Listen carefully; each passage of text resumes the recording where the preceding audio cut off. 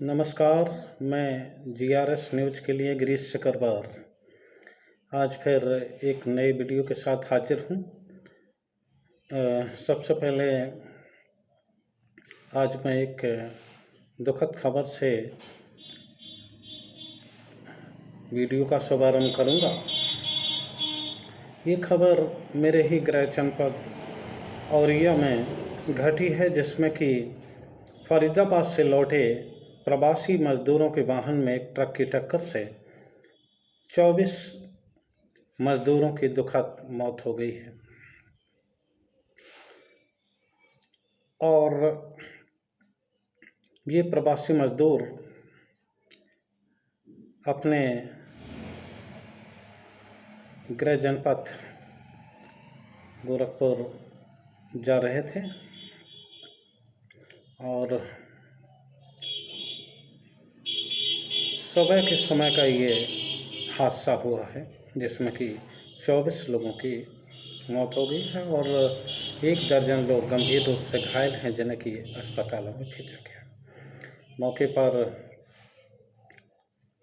IG Kanpur camp कर रहे हैं और मुख्यमंत्री योगी आदित्यनाथ ने भी घटना का संज्ञान लिया है और उन्होंने मामले की जांच कराने की बात कही है।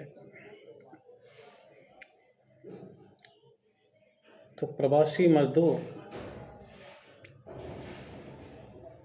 लगातार अपने गृह राज्यों को लौट रहे हैं। सबसे ज़्यादा उत्तर प्रदेश में ही सरकार के अनुसार करीब 12 लाख प्रवासी मजदूरों को उनके घरों तक पहुंचाया गया है, ऐसा सरकार का दावा है।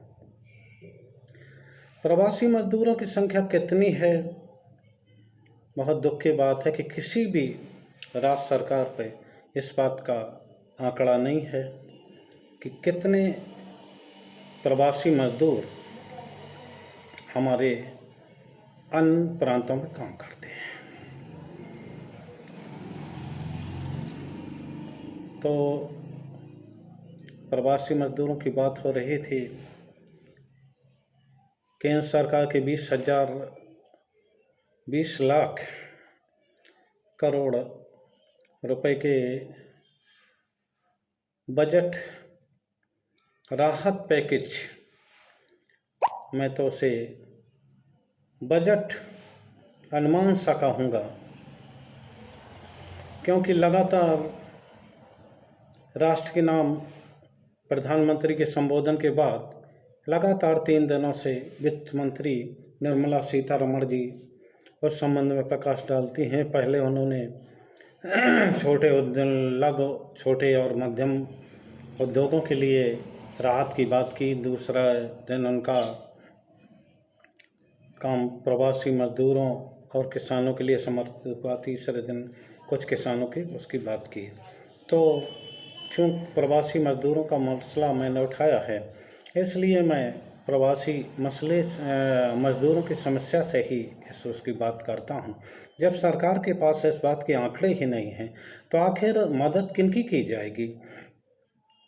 सरकार कह रही है कि प्रवासी मजदूरों को यहाँ काम दिया जाएगा, और ये जब आपके पास आंकड़े ही नहीं हैं तो कितने लोगों के आप खाते में पैसे डालेंगे। बस ये ज़रूर समझ में आया कि प्रवासी मजदूरों को 2 महीने तक, यानी कि जून महीने तक उन्हें 5 किलो प्रति यूनिट और प्रति परिवार 1 किलो चना की दाल मिलेगा या चना मिलेगा। ये मतलब सरकार की ओर से घोषणा की गई है। और रेहड़ी पटरी वालों को उनको 10,000 रुपया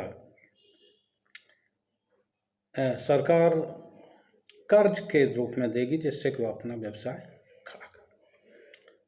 तो इस संबंध में निर्मला जी ने तो प्रवासी मजदूरों की बात हो रही थी, तो उसमें ही सबसे पहले हम आपको बताते हैं कि प्रवासी मजदूर आ रहे हैं। जितने भी प्रवासी मजदूरों से मेरी व्यक्तिगत तौर पर बात हुई है और जितने भी वीडियो या व्हाट्सएप या मैसेज के जरिए हमारे पास तक आए हैं, तो उनमें स्पष्ट तौर पर बताया गया है कि नियोक्ता जो उनको थे, जिन फैक्ट्री में वो काम करते थे, जिन सेठ के यहाँ वो लोग काम कर रहे थे, उन लोगों ने उनका मजदूरी का भुगतान भी नहीं किया है। मेरा तो सरकार से निवेदन है कि जो आप देंगे वो देंगे, लेकिन इस संबंध में भी कड़ी कार्रवाई आपको करने की ज़रूरत है, क्योंकि जिन मजदूरों का पैसा नहीं मिला, आप 500 रुपये 1000 रुपये प्रति मजदूर के खाते में डालने की बात करते हैं। आखिर उन लोगों की पैसे क्यों नहीं दिलवाते हैं आप, जिन लोगों के काम करने के बावजूद जिनके मजदूरी का पैसा और नियोक्ताओं ने नहीं दिया। इसी प्रकार वित्त मंत्री जी ने मध्यम और सूक्ष्म जो उद्योग हैं, जो एक रीढ़ हैं हम लोगों के लिए, और उत्तर प्रदेश में खासकर 90 लाख छोटी बड़ी और सूक्ष्म इकाइयां हैं, इनके लिए सरकार का संकल्पित है बहुत इन लोगों को 3 लाख करोड़ रुपए का ऋण दिया जाएगा। ये घोषणा वित्त मंत्री जी ने की है। दूसरी ओर से मैं आपको जानकारी दे दूं कि इन लघु एवं सूक्ष्म मध्यम वर्ग की इकाइयों के सरकार, केंद्र सरकार, राज्य सरकार एवं अन्य सरकारी उपक्रमों पर 5 लाख करोड़ रुपया पहले से ही बकाया चल रहे हैं। सरकार क्यों नहीं इनका बकाया दिलवाती? केंद्रीय मंत्री नितिन भाई गडकरी ने भी स्वीकार किया कि वास्तव में ये पैसे का भुगतान नहीं है।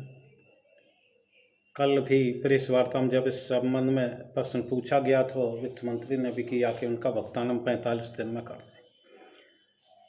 अच्छी बात तो ये रहती कि जो बकाया है उसका भुगतान किया जाता। भुगतान तो किया नहीं कि उन्हें 3 लाख करोड़ रुपया आप हमसे उधार ले लीजिए, उसका ब्याज दीजिए। और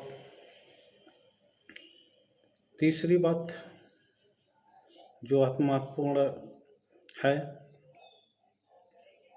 जिसको मैंने शुरुआत ही की थी प्रवासी मजदूरों के उससे, प्रवासी मजदूर फुटबॉल की तरह बन गए हैं। जिस शहर को उन्होंने अपने खून पसीने से सींचा, जिस उद्योग को बढ़ाने में उन्होंने दिन रात किए, बुरे वक्त पर उन नियोक्ताओं ने, उन सरकारों ने उन्हें कहीं का नहीं रखा, उनकी मजदूरी तक नहीं दी। मजदूरी दिलवानी चाहिए, ये सरकार की जिम्मेदारी हो। और दूसरी ओर सरकार श्रम कानूनों में और संशोधन करने जा रही है, जैसी खबर आई थी।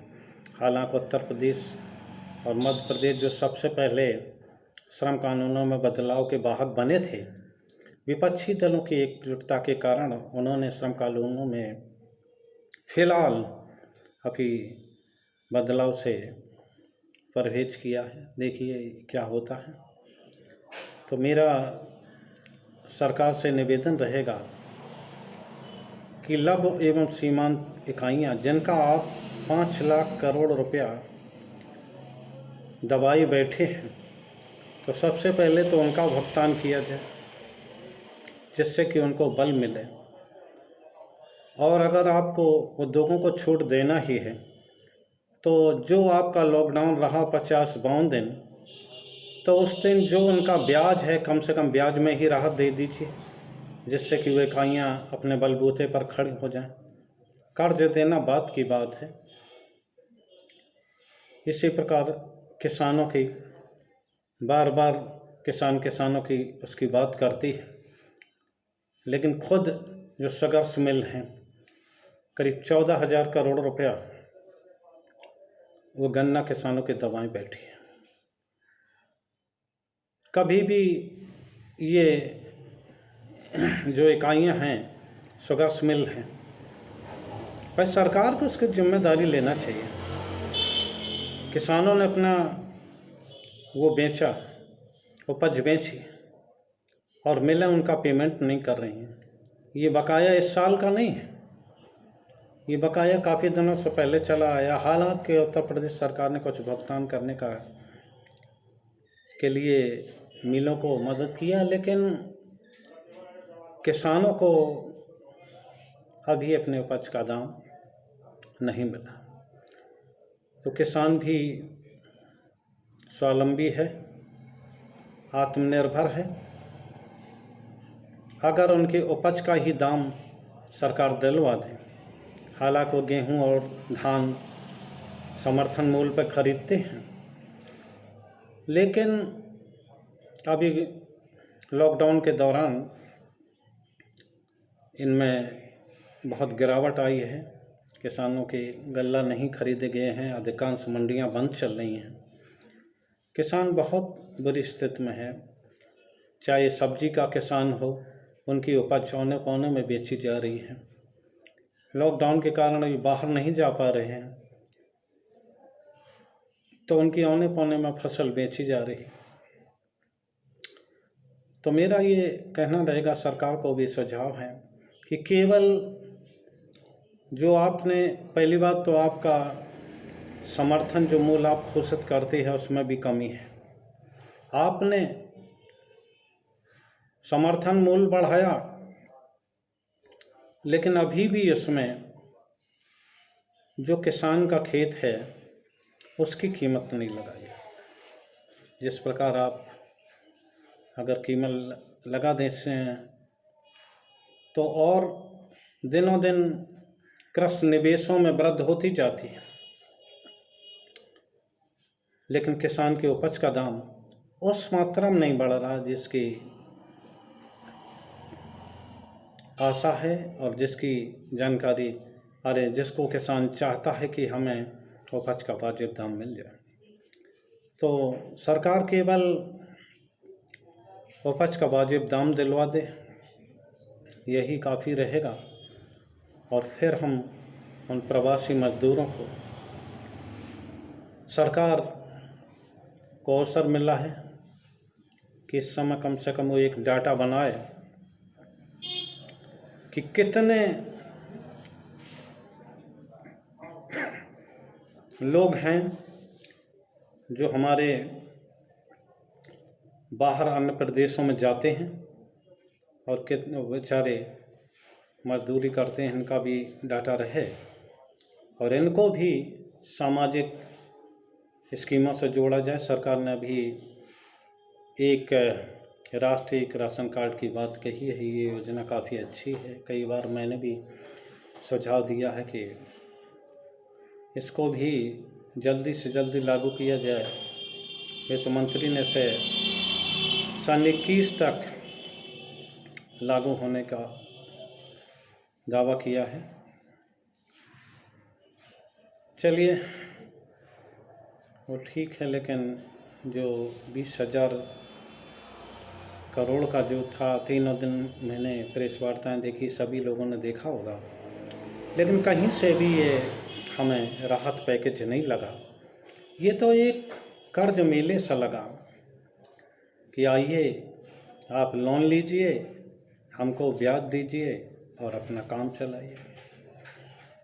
अरे आप जो किसानों के फंसे पैसे हैं वो दिलवाइए, प्रवासी मजदूरों के जो पैसे हैं वो दिलवाइए जो नियोक्ताओं ने नहीं दिए हैं, और खुद आप लघु एवं सीमांत और सूक्ष्म उद्योगों के 5 लाख करोड़ रुपए दबाए बैठे हैं, उसका पेमेंट करिए।